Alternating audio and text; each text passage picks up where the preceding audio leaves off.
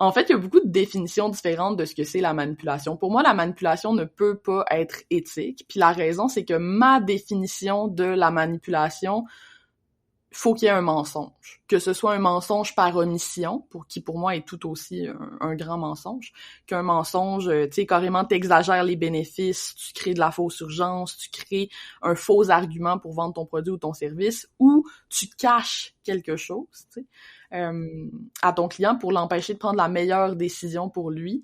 Pour moi, ça, c'est de la manipulation. La persuasion, si je l'oppose à la manipulation, ben oui, tu peux utiliser la manipulation pour persuader, mais tu n'es pas obligé de le faire. Tu comprends ce que je veux dire? Ils se chevauchent, mais ils sont pas nécessairement intégrés l'un à l'autre, là, tu sais. C'est-à-dire que tu peux très bien connecter avec quelqu'un, raisonner avec quelqu'un, lui présenter des arguments, framer les choses pour qu'il comprenne, pour le mettre à ton avantage, etc., etc., etc., sans mentir, puis sans omettre des informations importantes pour le client. Vous écoutez l'ambition au féminin, épisode 84. Mon nom est Tatiana Saint-Louis et j'anime l'ambition au féminin, un podcast pour toutes les femmes pleines de vision, de talent et de drive qui désirent redéfinir le succès selon leurs termes et leurs conditions. Chaque semaine, j'explore seule ou en présence d'invités les thèmes entourant la réussite professionnelle et personnelle.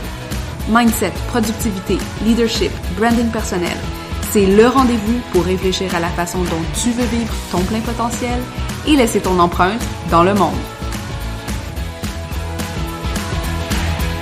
Salut les ambitieuses, bienvenue dans le 84e épisode de l'ambition au féminin. Je suis contente de vous retrouver aujourd'hui. J'espère que vous allez bien. Aujourd'hui, épisode avec une de mes entrepreneurs favorites, ma biz buddy et aussi une personne que je respecte énormément et j'ai nommé Alexandra Martel. La raison pourquoi j'ai réinvité Alexandra sur le podcast, et je vais vous mettre naturellement les liens vers sa première venue, c'est que on avait des conversations, autant sur les réseaux sociaux, je me rappelle plus exactement où on l'avait, mais c'était à propos de l'éthique du copywriting et comment est-ce qu'on fait pour écrire, persuader, vendre en restant intègre, parce que depuis quelque temps, le monde francophone n'échappe pas aux grandes modes de marketing qu'on a vu dans les dernières années beaucoup aux États-Unis, se développer aux États-Unis avec le email marketing, avec tout ce qui sont les funnels de vente ou les tunnels de conversion, avec les webinaires pour vendre, avec les lead magnets ou les aimants à clients comme on traduit souvent en français. Et Alexandra et moi, on a souvent des réflexions et des conversations autour de elle s'arrête où la ligne du désir qu'on fait miroiter à nos clients versus nos résultats aussi en tant qu'entrepreneur en termes de conversion, en termes d'acquisition de clientèle. Puis là, je vous donne un exemple. Par exemple, il n'y a pas si longtemps que ça, on regardait les textes d'une copywriter qui ont fait du tollé parce que elle disait des informations qui, par exemple, n'étaient pas vérifiées professionnellement par quelqu'un dans une expertise donnée. D'autres pourraient utiliser des salaires, comme par exemple dire « Ah, j'ai fait 400 000 $ dans mon année » et puis il n'y a aucune façon pour nous de vérifier si ce chiffre est vrai ou non. J'ai mis un exemple dans une publication de LinkedIn. « J'ai fait 6 000 $ avec un seul courriel », une sorte de déformation un peu de la réalité. Donc, toutes ces tactiques qui sont destinées à nous faire ouvrir grand les yeux, arrêter ce qu'on fait parce qu'on nous promet justement soit des solutions miracles ou on nous met de l'avant un sentiment d'urgence qu'il faut agir immédiatement, ou toutes ces autres tactiques marketing qu'on voit de plus en plus et qui commencent, on va se le dire, à fatiguer. Comment est-ce qu'on peut... qu'est-ce qu'on en fait, nous, en tant que créateur de contenu, en tant que quelqu'un qui veut justement connecter, vendre, mais aussi persuader, montrer notre valeur?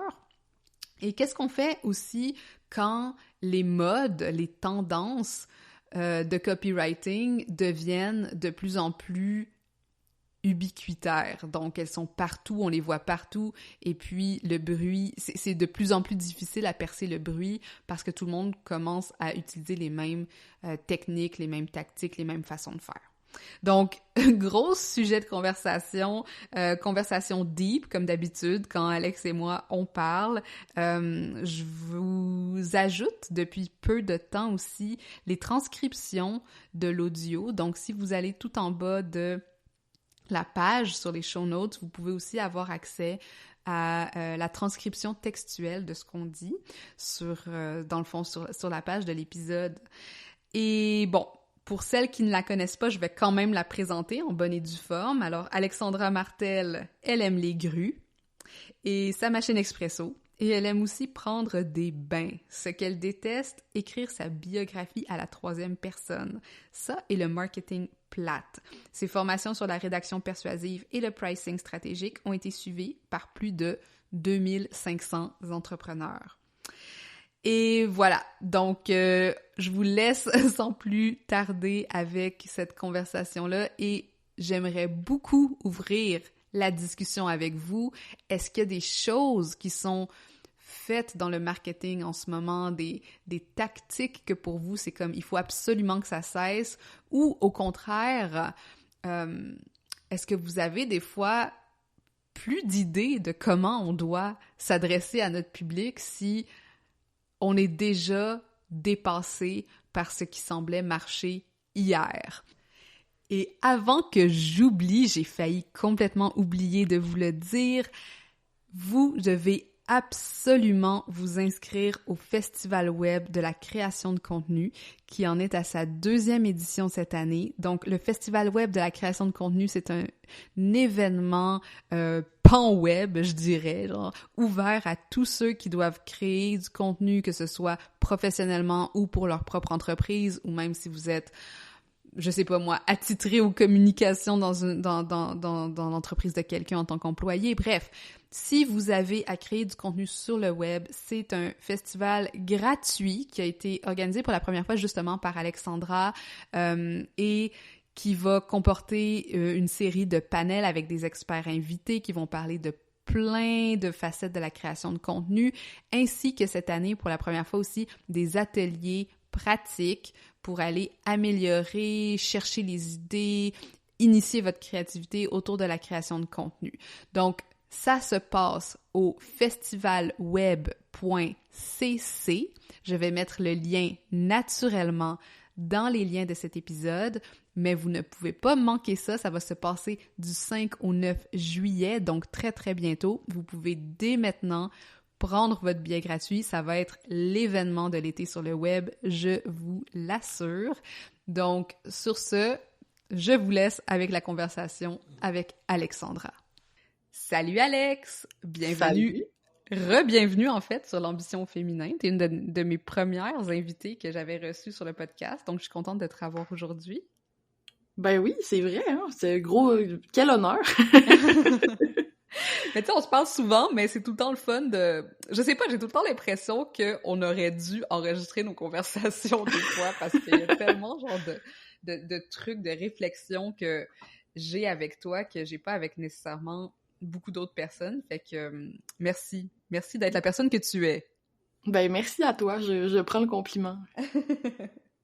Alors aujourd'hui, je voulais qu'on se parle de rédaction persuasive, naturellement, qui est ton sujet de prédilection, mais aussi de rédaction plus large, de marketing, un peu de ce que tu vois dans ton exploration depuis que tu t'es lancé comme copywriter aussi, puis des évolutions que tu as vues peut-être au niveau des types de rédaction qu'on voit. Fait que tu sais, j'ai plein genre de sujets que j'aimerais aborder avec toi, mais si on était pour commencer, je me dis qu'un bon point de départ, ça serait peut-être de remettre en contexte les auditeurs et auditrices sur, dans le fond, tu sais, tout ce que tu avais fait autour de ton article sur les égopreneurs. Tu sais, c'est quoi ton problème avec le marketing actuellement? Ouais, ok, bon point de départ. Donc, mon article sur les égopreneurs s'appelle « Personne veut lire ton maudit e-book ». Parce que pour moi, le e-book est un peu le symbole de tout ce qui va pas bien en marketing ces temps-ci, en fait. L'idée de créer un aimant à clients gratuit avec lequel tu vas bâtir ta liste, aller chercher des gens, tout ça, c'est pas une mauvaise idée, c'est une très bonne idée, mais dans la façon dont elle a été exécutée répétitivement encore et encore et encore depuis, je sais quoi, genre 2008-2009, mettons, ben c'est en train de devenir un petit peu prévisible et catastrophique. Et ce que j'entends par là, c'est que les gens créent des aimants à clients, des e-books, par exemple, gratuits de très piètre qualité, puis ils vont essayer de récolter les courriels des gens avec ça pour, évidemment, leur vendre leur formation, leur coaching, peu importe ce qui se cache en arrière. Et c'est devenu presque une caricature de la stratégie originale, parce que les clients le savent, en fait. Les gens ont un bon détecteur de bullshit, que j'appelle. Les gens sont de plus en plus sensibles au marketing, sont de plus en plus éduqués au marketing. Puis, quand tu leur offres un e-book gratuit, ils se disent pas dans leur tête « Oh wow, quelle généreuse personne qui m'offre son e-book gratuitement! » Ils se disent « Bon, qu'est-ce que cette personne-là va vouloir me vendre en arrière, en fait? » Ouais, ça manque de finesse. On est rendu que c'est rendu un peu grossier. Ça manque vraiment de finesse. En fait, c'est qu'on prend un peu les gens pour des jambons, là, tant qu'à moi. Puis le mot égopreneur vient, en fait, du fait que on applique des stratégies en les recentrant sur nous-mêmes, mais on a comme évacué presque notre client. Tu sais, on n'arrête pas de parler de notre client idéal, de nos avatars, de nos personas, tout ça. Mais dans les faits, ce qui nous intéresse, c'est beaucoup plus les coûts par lead, les taux de conversion, puis les stratégies genre lead magnet et ci et ça. Puis ça fait en sorte qu'on a du marketing qui est très égocentrique, peu efficace en plus, puis vraiment désagréable pour les gens qui le vivent et qui sont censés expérimenter ce marketing-là, I guess. Puis penses-tu que les gens ont fondamentalement changé ou que c'était ces tactiques-là, que parce qu'elles étaient nouvelles à ce moment-là, puis le web était un petit peu moins connu, tu sais, le degré de... Je vais utiliser le mot manipulation, mais c'est pas nécessairement le bon mot, je pense, ici.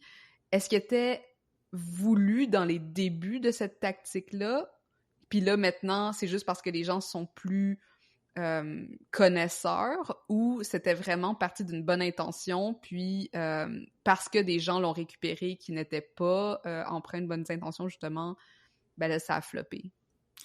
Je veux pas prêter des intentions aux gens, tu sais, moi j'ai déjà utilisé ces stratégies-là, je pense que la majorité des gens ont déjà utilisé ces stratégies-là sans vraiment se poser de questions, en se disant c'est ce qui fonctionne. Tu sais, je pense que c'est Joël Martel, c'est un chroniqueur au quotidien, là, un journal du Lac-Saint-Jean, mais Joël Martel qui a comme dit le premier, le terme far web, tu sais, l'expression en voulant dire le web a longtemps été une espèce de terre nouvelle où on pouvait faire un peu n'importe quoi, tu sais. Puis les lignes de ce qui était légal et illégal n'étaient pas encore bien définies au début, mais aussi de ce qui était éthique et non éthique n'étaient pas définies au début. Puis ça a donné lieu à vraiment beaucoup de belles choses, mais aussi à des dérapages. Puis pour moi, la manière dont on traitait les données, les courriels de nos clients, entre autres, c'était un bon exemple de dérapage. Et toutes les stratégies de lead magnet, de vente, etc., inspirées de ça, datent d'assez longtemps maintenant, là, puis tiennent pas nécessairement compte de la sophistication de tout ça. Tu sais, je pense vraiment que c'est un mélange de tout, mais en tant que société, puis en tant qu'utilisateur de l'Internet plus aguerri, on s'est comme aperçu que à force de donner notre courriel vraiment facilement à plein de gens, on se retrouvait avec beaucoup de spam, on se retrouvait avec beaucoup de choses désagréables dans notre boîte. Ça nous a sensibilisés. Ce qui est en train de sensibiliser les marketeurs, tu sais, puis c'est vraiment... je trouve ça intéressant parce que c'est pas comme si on sait exactement où est la limite, tu sais, voici ce qui est éthique, voici ce qui l'est pas. On est comme en train de dessiner la limite, tu sais, en ce moment-là. Ouais, puis je pense que c'est intéressant aussi de se pencher sur l'idée que il y avait peut-être aussi moins de saturation de contenu à ce moment-là et les gens, justement, avaient le temps de lire un e-book. Puis je pense aussi en termes de pratique de rédaction, là, en ce moment, il y a beaucoup, beaucoup, beaucoup de récupération de contenu des autres, tu sais, puis des fois, c'est justement, tu sais, tu dis des e-books de mauvaise qualité ou, tu sais, des lead magnets qui sont un peu comme bof, tu sais. Ça faisait que on se ramassait avec du contenu qui était juste un tease, tu sais, juste comme, t'es en train de me dire que tu vas me donner toute cette information vraiment géniale et finalement, je suis en train de lire un résumé de la page Wikipédia que j'aurais pu lire par moi-même. Ben oui, non, exactement. Puis là, tu mets le doigt sur quelque chose vraiment. Là, c'est que, tu sais, quand tout ça a commencé, il y en avait beaucoup moins des créateurs de contenu, puis il y avait moins de contenu sur Internet. Puis quand tu téléchargeais un livre blanc ou un e-book sur le site d'une entreprise, peu importe, tu te disais « Ah, wow, je vais obtenir de la qualité. » Puis c'était ça la base dans ton cerveau, là. Tu sais, tu t'attendais pas à ce que ce soit de piètre qualité. Puis là, on dirait que les choses sont inversées. Tu sais, maintenant, mes attentes, quand je donne mon courriel, quelque part, sont très basses. Je m'attends à ce que ce soit mauvais. Puis si c'est bon, je suis surprise, tu sais. C'est vrai. Je pense que t'as raison là-dessus. Il y a un phénomène un petit peu de saturation, là. Puis, fait que dans le fond, est-ce que tu penses qu'on peut en faire du marketing? Puis là, j'utilise le terme éthique, mais moi, j'avais noté ici intègre ou authentique. Puis j'aimerais peut-être t'entendre sur qu'est-ce que tu penses de ce mot-là, puis est-ce que tu l'appliquerais au contexte du marketing? Moi, tu sais, j'adore le mot authenticité, j'en parle souvent, je pense qu'il y a beaucoup de gens qui en parlent ces temps-ci, puis il y a beaucoup de gens aussi qui se plaignent du fait que beaucoup de gens en parlent. Ouais, le discours est très méta en ce moment. Ah ouais, vraiment, là, il y a des gens qui sont comme « Ah, je suis tannée d'entendre les gens parler d'empathie, de bienveillance, d'authenticité, pia. » Mais la réalité, c'est que s'il y a autant de gens qui en parlent, c'est qu'il y a un besoin, en fait. C'est que il y a vraiment un... Tu sais, on est en train de vivre une espèce de changement de paradigme, là. Qui est majeur et dans lequel beaucoup de gens se sentent concernés et embarquent et veulent eux aussi, tu sais, être du bon côté, entre guillemets, tu sais, du côté un peu plus original, un peu plus authentique, un peu plus transparent aussi en marketing. Après, est-ce que ça peut devenir une espèce de truc vide de sens qui ne signifie rien dans certains cas? Oui, pour moi, c'est quoi faire du marketing authentique? C'est faire du marketing qui... Moi, j'aime mieux le mot transparence, en fait, quand on parle de marketing en tant que tel. Tu sais, pour moi, l'authenticité, c'est tout autre chose. C'est plus relié au soi, c'est plus relié à toi, ce que tu veux montrer, ce que tu veux pas montrer, qui t'es pas, etc., etc. Mais pour moi, la transparence, l'idée d'arrêter d'omettre sciemment des informations pour essayer de pousser le client à poser une action X ou Y, ou d'inventer des fausses choses pour convaincre ton client de poser une action X ou Y. Pour moi, ça, tu vois, c'est pas éthique. Ça va au-delà du débat, est-ce que c'est authentique ou pas, c'est pas éthique. Puis, ce qui me mène à une question quand même fondamentale qui est, est-ce que toute persuasion a pas un certain degré de manipulation et est-ce que la manipulation est ou n'est pas éthique? Genre, est-ce que ça a un fondement éthique ou non? Moi, j'ai mon opinion là-dessus, qui est mon opinion, qui est pas nécessairement la vérité, mais en fait, il y a beaucoup de définitions différentes de ce que c'est la manipulation. Pour moi, la manipulation ne peut pas être éthique, puis la raison, c'est que ma définition de la manipulation, faut qu'il y ait un mensonge. Que ce soit un mensonge par omission, qui pour moi est tout aussi un grand mensonge, qu'un mensonge, tu sais, carrément t'exagères les bénéfices, tu crées de la fausse urgence, tu crées un faux argument pour vendre ton produit ou ton service, ou tu caches quelque chose, tu sais, à ton client pour l'empêcher de prendre la meilleure décision pour lui. Pour moi, ça, c'est de la manipulation. La persuasion, si je l'oppose à la manipulation, ben oui, tu peux utiliser la manipulation pour persuader, mais tu n'es pas obligé de le faire. Tu comprends ce que je veux dire? Ils se chevauchent, mais ils sont pas nécessairement intégrés l'un à l'autre, là, tu sais. C'est-à-dire que tu peux très bien connecter avec quelqu'un, raisonner avec quelqu'un, lui présenter des arguments, framer les choses pour qu'il comprenne, pour le mettre à ton avantage, etc., etc., etc., sans mentir, puis sans omettre des informations importantes pour le client.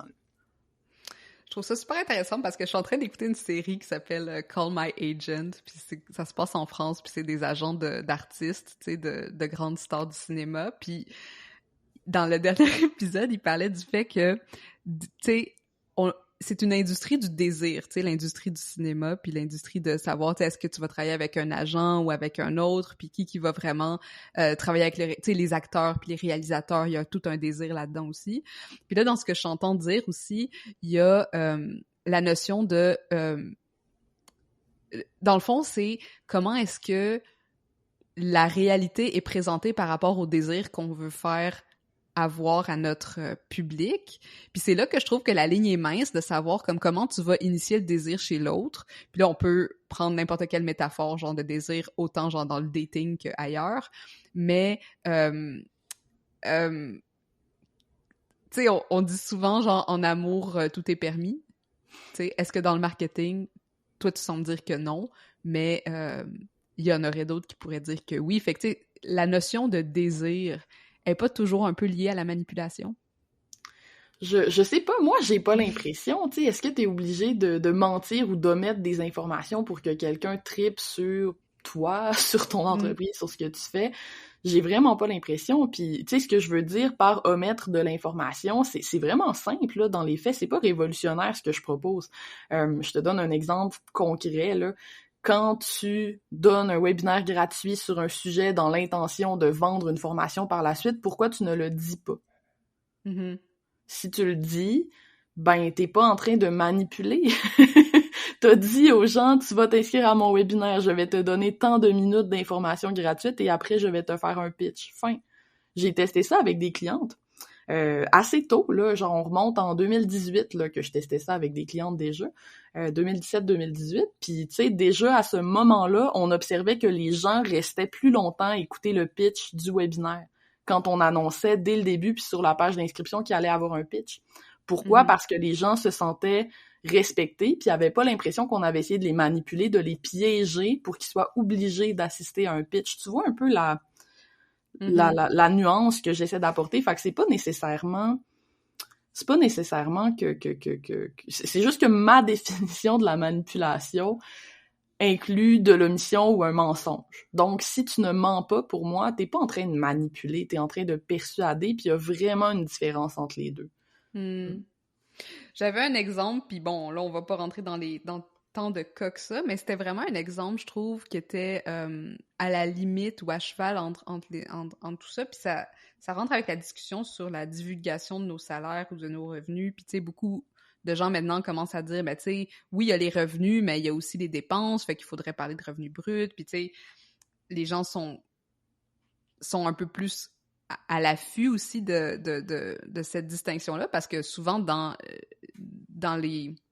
Je trouve le marketing qu'on entend, c'est comme « Hey, j'ai fait genre 10 000 $ en une seule journée grâce à genre blablabla, genre, tu sais. » Puis c'était un cas de quelqu'un qui faisait un pitch, qui faisait un webinaire, qui disait « Ah oui, grâce à mon podcast ou grâce à telle affaire, j'ai fait genre X mille dollars, tu sais, X centaines de milliers de dollars. » Mais après ça, tu sais, moi, j'étais comme « Wow, c'est quand même... » Je suis allée chercher mes sources. Je suis allée chercher mes sources parce que j'ai de l'intelligence, tu sais, qui est cachée un petit peu partout dans le monde entrepreneurial. Puis ils disaient non, ça c'est genre l'argent qui a été fait genre dans une, tu sais, dans l'espace de 4 ans, mettons, avec différentes business ou whatever, tu sais. Puis là, c'est là vraiment que je trouve ça difficile puis que peut-être ce que je disais par rapport à le désir, tu sais. Est-ce que juste planter une graine comme ça, même si on n'est pas 100%, genre, tu sais, je vais pas te montrer, genre, mes revenus bancaires pour que tu ailles vérifier ce que je dis, mais même si c'était faux, je t'ai quand même planté la graine de cette possibilité-là parce que même si ça marche pas pour moi, ça a marché. Tu sais, je veux dire... Je sais pas, j'ai l'impression que quand on joue dans le marketing, on est aussi dans une espèce de monde qui est pas nécessairement la réalité, tu sais. Non, c'est clair, puis ça c'est définitif, mais tu sais, dans l'exemple que tu as donné, on a quand même un mensonge par omission tant qu'à moi. C'est-à-dire que on a triché un petit peu pour montrer les revenus sous leur meilleur jour sans vraiment les contextualiser. Quelqu'un qui contextualise ses revenus puis qui est super inspirante, qu'on pourrait donner en exemple, c'est Geneviève Gauvin, tu sais, qui va plutôt nous parler de ses dépenses, de son brut, qu'est-ce qui, tu sais, j'ai fait tant d'argent, mais regarde tout ce qui est allé à mes affiliés, regarde tout ce qui est allé dans mes dépenses. Ça, c'est beaucoup plus concret, puis ça l'empêche pas d'être inspirante puis de créer du désir. Pourquoi? Parce que, en fait, à la limite, là, moi, j'ai l'impression que les gens qui mentent, justement, ça finit par se savoir et se sentir. Puis encore là, est-ce que c'est plus persuasif? Je pense pas. Je pense que, moi, si quelqu'un me fait une espèce de promesse de revenu hors contexte, ça a aucune crédibilité pour moi parce que je suis un public cible éduqué. Avant, ce qui arrivait, c'est qu'on avait un public cible qui était presque jamais éduqué sur ces enjeux-là, qui avait aucune sensibilité, aucun détecteur de bullshit pour ces choses-là. Donc, ce public cible-là pouvait être convaincu par des trucs genre regarde mes captures d'écran de mon Stripe, regarde pia. Mais ces gens-là vont se faire prendre une fois par un coach ou par un formateur qui a ce genre d'approche-là, puis s'ils voient que les bottines suivent pas les babines, ben je veux dire, après ça, toutes les autres affirmations du même genre, ben ils vont les mettre dans le panier du « ça me semble pas vrai ». Ouais. Ce qui rend ça, dans les faits, pas mal moins persuasif que quelqu'un qui m'explique vraiment les choses telles qu'elles sont. Cette personne-là va avoir l'air vraie. Tu sais, par exemple, parler de ton premier lancement puis expliquer qu'à ton premier lancement, t'as généré 10 000 $, OK? Ben, crime, ça peut être vraiment plus inspirant pour quelqu'un qui a fait 0 $ avec un lancement que quelqu'un qui me donne des captures d'écran de son Stripe, là. Ce qui est vraiment loin de moi puis ce qui est pas nécessairement crédible. Puis, à l'opposé, quand t'es à un certain niveau puis que tu cherches à augmenter ton revenu davantage, tu sais, mettons que t'es déjà dans les 6 chiffres puis que tu veux te rendre aux millions, ben, tu vas pas chercher des gens qui mettent des screenshots de revenus partout. Tu vas chercher des gens qui te semblent crédibles, justement, puis que t'as l'impression qu'ils font pour vrai leurs millions, là. Fait que, en fait, c'est ce que je revendique un petit peu, c'est l'intelligence des gens, là, au final.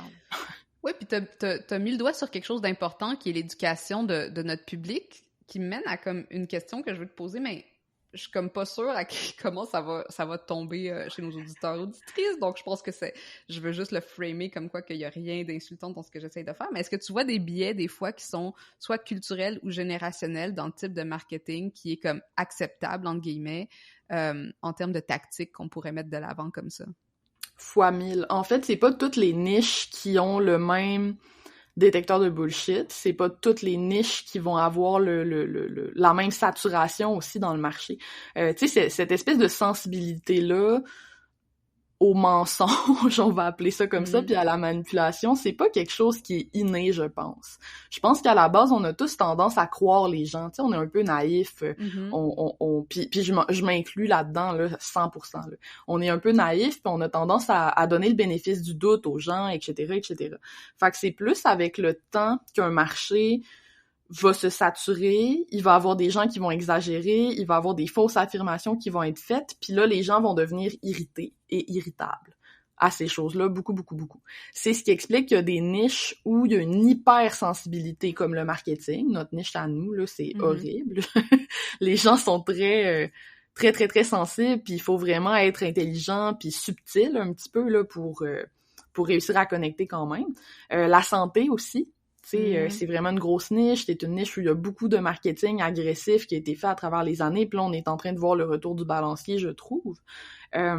Puis les finances aussi, qui sont peut-être les 3 plus grosses niches en termes d'infoproduits, là, on s'entend, là, je parle spécifiquement d'infoproduits. Mais justement, si tu sors de ces niches-là, puis tu vas dans des trucs plus traditionnels, n'importe quoi, là, tu vends des planches à découper, ou tu vends... tu sais, ben là, t'auras peut-être pas nécessairement la même sensibilité. Par contre, moi, je pense que tu devrais quand même faire preuve de transparence, puis, tu sais, être authentique, entre guillemets, être bienveillant dans ton marketing, parce que ça marche mieux. tout simplement. Tu sais, moi, toutes les fois que j'ai fait des tests avec des clients, plus ou moins de transparence, c'est toujours la transparence qui a été la plus payante, en fin de compte, tu sais. Ouais. Ouais, puis aussi, ce que je trouve peut-être difficile pour pour les clients qui sont pas nécessairement des marketeurs, mais qui veulent faire du marketing de contenu ou qui veulent utiliser, tu sais, ce type d'approche-là de copywriting, c'est que ça prend aussi beaucoup de... Ça prend cette résonance, mais cette volonté de rentrer dans la tête de notre client aussi pour dialoguer avec eux, qui est quelque chose qui, veut pas, est un art, tu sais, c'est une aptitude, tu sais, c'est pas tout le monde qui est capable non plus de communiquer à ce niveau-là, non? Je sais pas. Moi, j'aurais tendance à te dire que tout le monde a le potentiel d'y arriver, tu sais, c'est juste qu'il y a des gens qui sont un peu... qui sont bloqués par toutes sortes de raisons, là, mais je pense que fondamentalement, en tant qu'humain, on est créé pour communiquer, c'est une des caractéristiques les plus profondes, tu sais, propres à notre espèce, entre guillemets, là, notre sophistication de communication, notre besoin de raconter des histoires, notre besoin d'expliquer, de connecter aux autres, d'être compris, de comprendre. Donc, pour moi, c'est juste de s'ouvrir à ça, puis d'arrêter, justement... Puis c'est un peu ça, finalement, mon article là, sur les e-books, c'est d'arrêter de voir ton client comme une transaction, un coût par lead, un taux de conversion, puis vraiment de le regarder comme un humain. Ta stratégie de... Puis ça a l'air niaiseux de dire ça, mais ta stratégie de persuasion là va être vraiment plus profonde si tu te dis qui est l'humain que j'essaie de toucher, qu'est-ce qu'il vit, c'est quoi les différentes étapes par lesquelles il va passer, puis comment est-ce que je peux rendre ce parcours-là le plus agréable, délicieux, savoureux, plaisant, fun possible, tu sais. Pas mal plus que si tu te dis, bon, je vais faire un test AB pour voir quelle couleur de bouton marche le mieux, puis j'ai fait un e-book parce que telle personne m'a dit de faire un e-book, puis tu sais, tu me suis un peu? Ouais, absolument. Puis tu sais, on avait... J'ai eu la conversation autant quand on parlait de SEO avec Myriam Gessier, autant quand on parlait de UX avec Lauralie Moreau, tu sais, dans le sens... On en revient toujours là. On en revient toujours à comme, tu sais, l'écran, le web, les différents outils de communication, c'est pas supposé être des barrières, c'est juste des facilitateurs, mais au bout du compte, c'est vraiment d'humain à humain qu'on connecte. Ben oui. Est-ce que... Tantôt, on a parlé, bon, les histoires... Bon, je sais que toi, t'aimes pas du tout les timers de... Comment on dit ça, les chronomètres d'urgence. je déteste pas nécessairement les chronomètres d'urgence. Je me suis fait une réputation pour détester l'urgence, puis c'est... La raison pour laquelle j'ai une hypersensibilité à l'urgence, c'est que, comme beaucoup de personnes TDAH, j'ai un côté extrêmement impulsif. L'impulsivité, pour moi, c'est vraiment une caractéristique qui est dans le tapis. Donc, les achats impulsifs, c'est quelque chose que j'ai déjà fait par le passé. Puis je comprends très bien ce qui se passe dans la tête des gens quand tu leur crées de l'urgence. Puis la réalité, là, c'est que quand tu crées une urgence à quelqu'un, sa décision est moins éclairée. C'est juste un fait. C'est du bruit qui va empêcher la personne de prendre une décision aussi éclairée qu'elle aurait pu dans une autre situation. Est-ce que ça veut dire qu'on peut jamais faire d'urgence en marketing? Ben là, il y a quand même une limite, là. Moi, j'en fais de l'urgence, là, dans mon marketing quand j'ai une cohorte, quand j'ai une bonne raison, entre guillemets, de faire de l'urgence. Ce qui me dérange, c'est quand c'est exagéré, là, tu sais, quand on invente des délais, puis des délais souvent très courts, tu sais, c'est pas de l'urgence genre t'as une semaine pour te décider, là, c'est de l'urgence genre hey, t'as 15 minutes des fois pour avoir le coupon ou t'as 48 heures pour prendre ta décision après avoir parlé avec le super closer fait pour te donner envie d'acheter au téléphone, tu sais. Pour moi, ça, c'est jouer un petit peu sur ces faiblesses-là, ces biais cognitifs-là qu'on a en tant qu'humain, là. Non, je comprends. Puis c'est vrai que c'est des fois un peu malaisant à utiliser, même si d'un autre côté, tu veux rappeler, tu sais, les gens ont plein de choses à faire, fait que des fois tu leur rappelles comme, écoute, il faut prendre une décision maintenant ou jamais. Ouais. Est-ce qu'il y a d'autres tendances que tu vois que t'es comme, bon, ça c'est un peu dépassé, ça a marché pendant un temps, tu sais, il y avait les e-books, cette histoire de lead magnet. Ben, parlant de ça, est-ce que les lead magnets, ça existe encore? Ça s'utilise? Les lead magnets existent encore, mais gagner la confiance des gens est beaucoup plus difficile qu'avant. C'est-à-dire que la transaction de donner son courriel a beaucoup plus de valeur qu'avant. Puis on le voit rien que dans les coûts que ça te coûte aller chercher des courriels par la pub, là. Je veux dire, ce que ça vaut, donner son adresse courriel à quelqu'un, ça a beaucoup augmenté parce que maintenant, les gens gardent leur courriel un peu plus jalousement. Puis, tu as des outils comme Mailinator, là, par exemple, que tu peux utiliser pour créer comme des courriels éphémères pour t'abonner à quelque chose, recevoir le freebie, puis pas être abonné, finalement. Tu comprends ce que je veux dire? Donc, tu as plein d'outils comme ça qui ont été créés pour protéger le consommateur, en fait. Puis, pourquoi est-ce qu'on a ressenti un besoin comme ça de protéger le consommateur? C'est parce que les gens se sont fait prendre à plusieurs reprises, en fait. Les gens ont donné leur courriel en pensant obtenir quelque chose qui allait leur apporter de la valeur, ont trouvé que ça avait pas de bon sens puis que c'était juste un prétexte pour leur envoyer une grosse séquence de vente qu'ils ne désiraient pas du tout. Puis ça a créé cette espèce de fatigue-là dans les aimants à clients. Est-ce que ça veut dire que les aimants à clients, c'est plus bon puis qu'il faut tout jeter ça aux poubelles? Absolument pas. Mais ce que ça veut dire, c'est qu'il faut appliquer la règle de la cour d'école. Tu sais, fais pas aux autres ce que tu veux pas te faire faire. Puis genre, te demander, moi, quand je m'abonne à un aimant à client, qu'est-ce qui fait que je suis contente, que j'ai envie de le faire quand même, puis quand est-ce que je me sens respectée? Puis juste de faire la même chose pour ton client. Puis moi, j'ai beaucoup testé, puis ça aussi, ça fait longtemps que je teste ça, de ne pas demander le courriel, en fait. De distribuer des choses sans demander le courriel, puis de demander le courriel dans un deuxième temps. Par exemple, avec des quiz, j'avais testé ça avec des clients. Récemment, j'ai distribué un de mes e-books vraiment gratuitement, là, sans demander de courriel. Et je pense que c'est une façon de faire qui est plus efficace au final. La raison, c'est que les gens vont avoir un contact avec un contenu qui est de très grande qualité, 100% gratuitement, sans même donner leur courriel.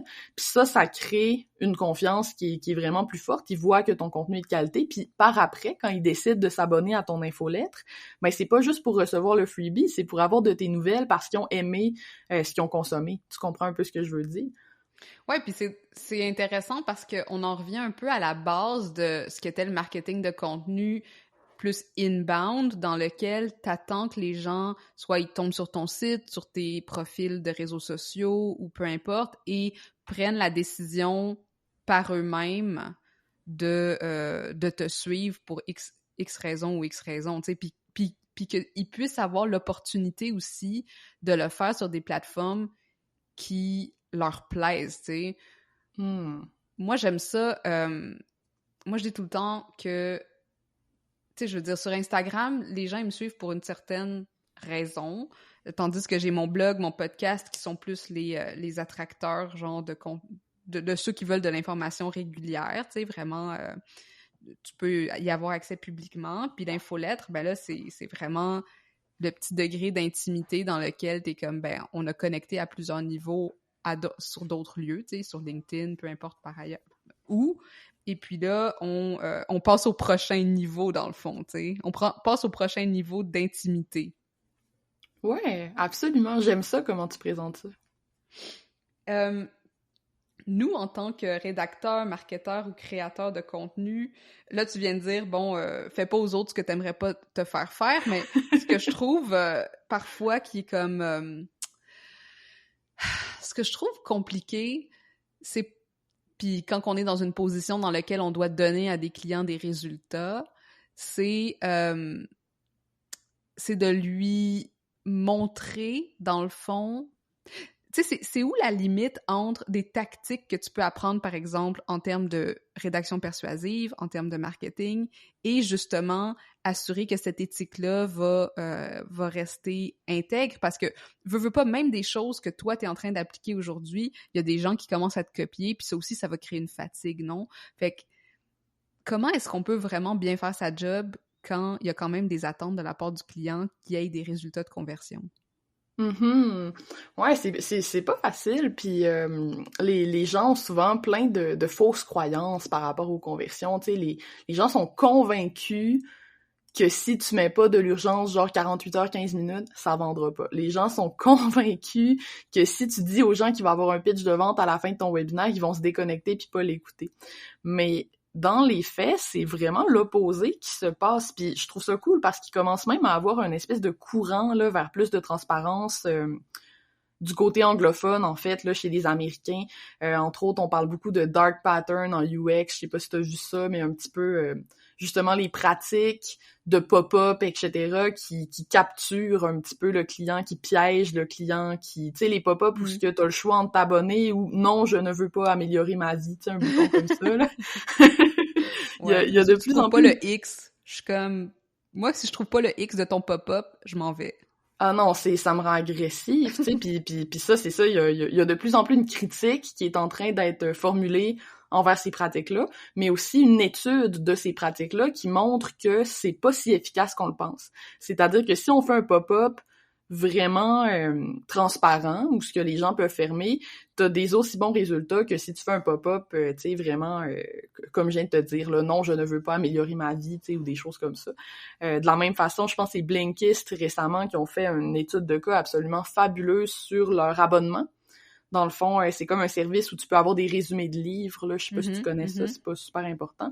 Mais tu sais, les abonnements qui se renouvellent automatiquement, c'est quand même un problème. Ça crée beaucoup de frustration chez les gens qui prennent l'essai gratuit puis qui voulaient annuler avant l'essai gratuit, mais là ils oublient d'annuler, puis là ils écrivent au support parce qu'ils sont fâchés parce que ça a été chargé sur leur carte. Tu vois un peu le genre. Puis il y a beaucoup de compagnies qui vont miser sur ces gens-là qui oublient pour faire de l'argent, finalement.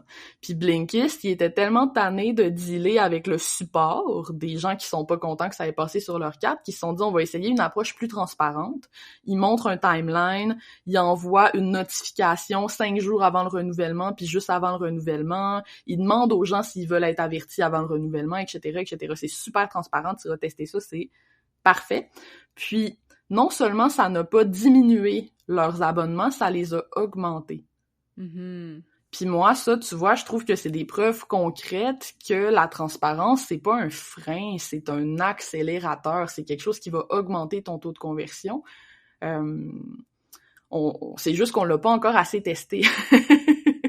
Mais les gens n'aiment pas se faire prendre pour des idiots, tu sais, au final. Puis s'ils sentent qu'ils ont le choix, puis que t'es avec eux, puis que tu veux les aider à prendre une décision, mais que tu vas pas nécessairement insister, ben ils sont encore plus rassurés, puis ils ont encore plus le goût d'appeler ton closer ou whatever. Là, tu sais, moi, je déteste avoir des conversations au téléphone avec des closers parce que je sais qu'ils vont être insistants et que je déteste être mise dans cette situation-là. Puis il y a plein de gens de notre génération, tu sais, les milléniaux puis les Z qui détestent parler au téléphone avec des vendeurs au point d'éviter cette situation-là à tout prix. Puis pourquoi? Parce qu'ils ont cette espèce de peur-là, parce qu'ils ont déjà expérimenté ces situations-là, tu sais.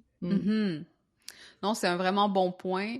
Puis, est-ce que ça veut dire, dans un autre ordre d'idée, que pas dans un autre ordre d'idée, dans le même ordre d'idée, mais que les rédacteurs, marketeurs et créateurs de contenu, justement, doivent... Parce que si on se démarque plus avec des tactiques, ou si les tactiques autres que la transparence sont plus vraiment les tactiques à mettre de l'avant, ben là, on en revient au contenu pur, non? Exactement. Puis c'est ça, en fait, qui fait peur à une certaine frange, je pense, des marketeurs. C'est que, tu sais, ça me fait penser au Black Hat SEO dans le temps. Tu te rappelles de ça? C'était la grosse mode quand moi j'étais au secondaire, mettons, là, c'était très prévalent, c'est-à-dire que Google, ses algorithmes n'étaient pas encore super sophistiqués, et donc il y a des gens que leur travail c'était de trouver des trucs pour éviter l'algorithme. Donc, bourrer ton site de mots-clés, cacher des mots-clés dans les méta-tags, tu sais, je sais pas si tu te rappelles de ces... Écrire en blanc sur blanc avec du texte. Ben oui, absolument, là, c'était idiot.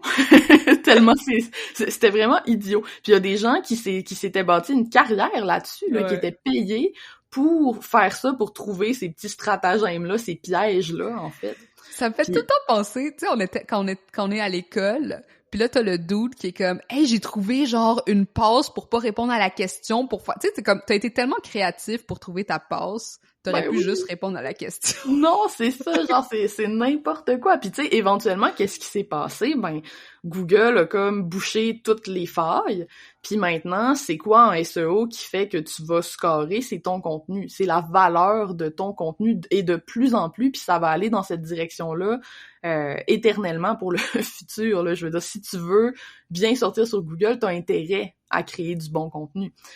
Ben, la même chose va se produire, c'est-à-dire que si, au début, la transparence, c'est un facteur de différenciation. Moi, en ce moment, je jouis de l'impact d'être plus transparente, parce que j'ai tellement de compétiteurs qui sont pas transparents que les gens capotent, genre, puis me remercient de faire ce qui, tant qu'à moi, est le strict minimum.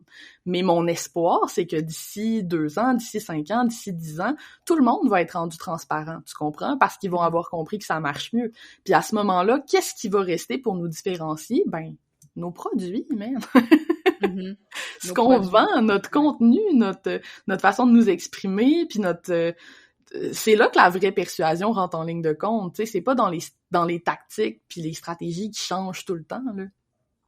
Ouais, puis je pense que effectivement, c'est ça qui est difficile à apprendre, tu sais, puis n'est pas rédacteur ou copywriter ou créateur de contenu ou marketeur qui le veut bien, tu sais, puis je pense que c'est là aussi, qui le veut bien, qui ne veut pas y mettre l'effort dans un sens. Puis je pense que c'est là aussi je sais pas, peut-être la mauvaise conception de c'est quoi la création de contenu. Tu sais, puis est-ce que c'est juste vraiment d'écrire puis de le publier, ou est-ce qu'il y a vraiment des... Puis là, j'utilise le mot stratégie, mais je suis pas sûre que c'est ça vraiment que je veux utiliser, mais est-ce qu'il y a vraiment des façons de faire ou des façons d'apprendre J'ai l'impression que ça rentre de plus en plus dans ce qui est un art comme dans l'art des artisans, tu sais. C'est quelque chose que tu apprends avec le temps, que tu développes, que tu deviens meilleur de plus en plus que tu le fais. Ouais, non, puis tu sais, on revient à la notion de valeur, en fait. Tu sais, je pense qu'un des gros problèmes en ce moment, c'est que la notion de valeur a été évacuée au profit de parler des algorithmes, des taux de conversion, etc., etc., etc. Mais ultimement, qu'est-ce qui va faire que ton contenu va fonctionner? Ben, c'est est-ce qu'il apporte plus de valeur à ton client que le contenu de tes compétiteurs? Mm-hmm. Puis ça, c'est tellement quelque chose qui nécessite beaucoup d'empathie, de patience, de réflexion, tu sais, de créer du contenu qui va apporter une vraie valeur ajoutée, qui va vraiment créer quelque chose, tu sais, d'intéressant finalement pour les gens. J'ai l'impression qu'il y a beaucoup d'entrepreneurs qui créent du contenu pour cocher toutes les cases sur la checklist. Tu comprends ce que je veux dire? Par habitude, ouais. C'est ça.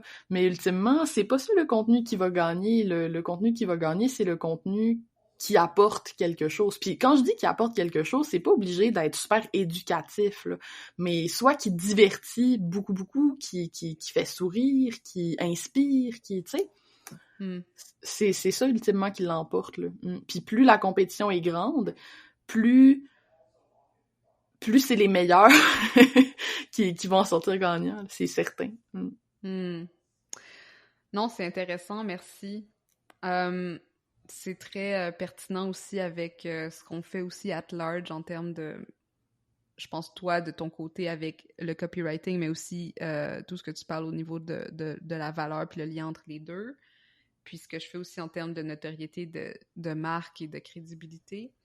Est-ce que, juste pour terminer, est-ce qu'il y a des choses que tu voudrais, encore une fois, on en a parlé de plusieurs, mais des red flags, des trucs qui sont out à éviter, que tu vois tu sais, que tu vois puis que tu te dis, bon, moi, genre, par exemple, sur LinkedIn, quand on n'arrête pas de me taguer, quand on tag 25 personnes, tu sais, je les vois, les tactiques, puis je trouve ça... Je trouve que ça donne une mauvaise image de la personne, tu sais. C'est pas des grosses erreurs à faire ou des choses qui sont méchantes ou qui sont mal intentionnées, mais tu sais, ça me donne juste un petit mini feeling pas le fun, puis plus que ça continue, plus ce petit feeling pas le fun, genre, augmente, puis ça crée comme de l'irritation, comme t'as dit, tu sais. Fait que, est-ce qu'il y a des choses que toi, ils t'irritent particulièrement, ou ces temps-ci, que ce soit sur les réseaux sociaux ou dans le contenu at large?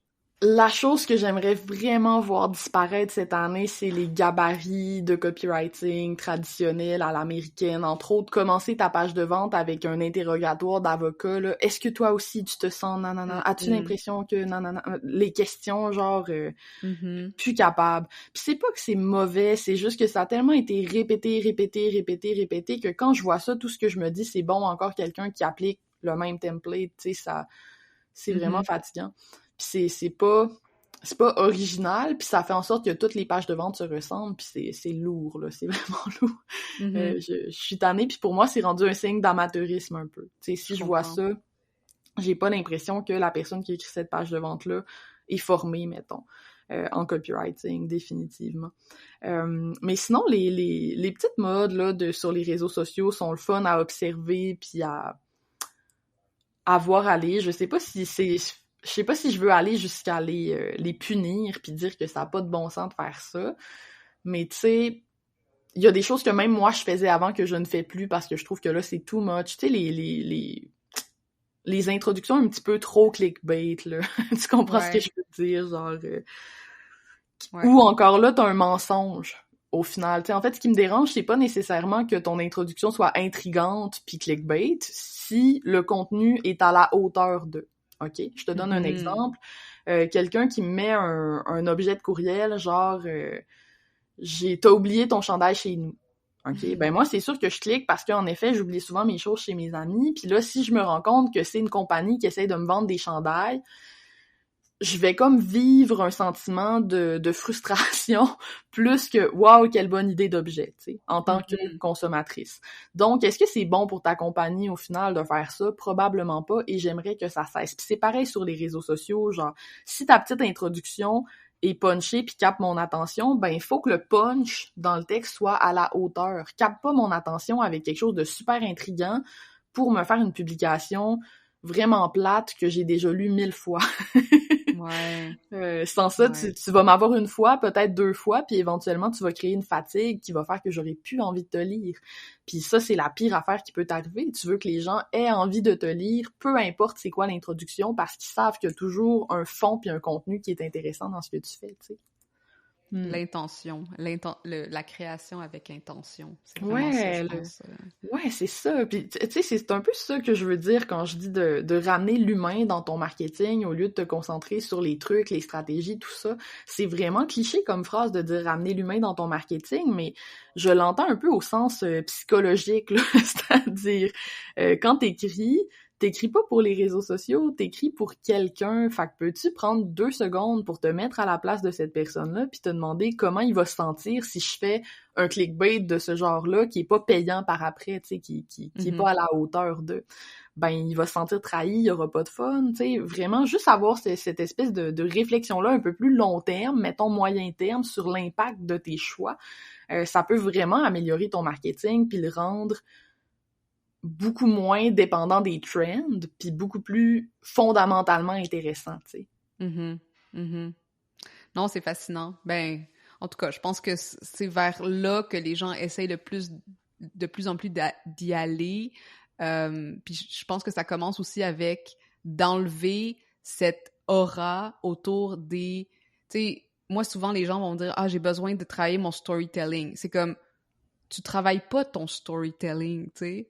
Tu deviens un storyteller où, tu sais, tu intègres ton histoire, où tu comprends ton histoire, mais tu sais, travailler ton storytelling, ça a tellement quelque chose de, genre, je vais travailler cet outil froid, genre, qui est distinct de tout ce que je fais, tu sais, c'est comme non. Puis je pense que le marketing, c'est un peu la même chose, c'est comme, tu travailles pas ton marketing, tu travailles comment tu communiques ta valeur, tu travailles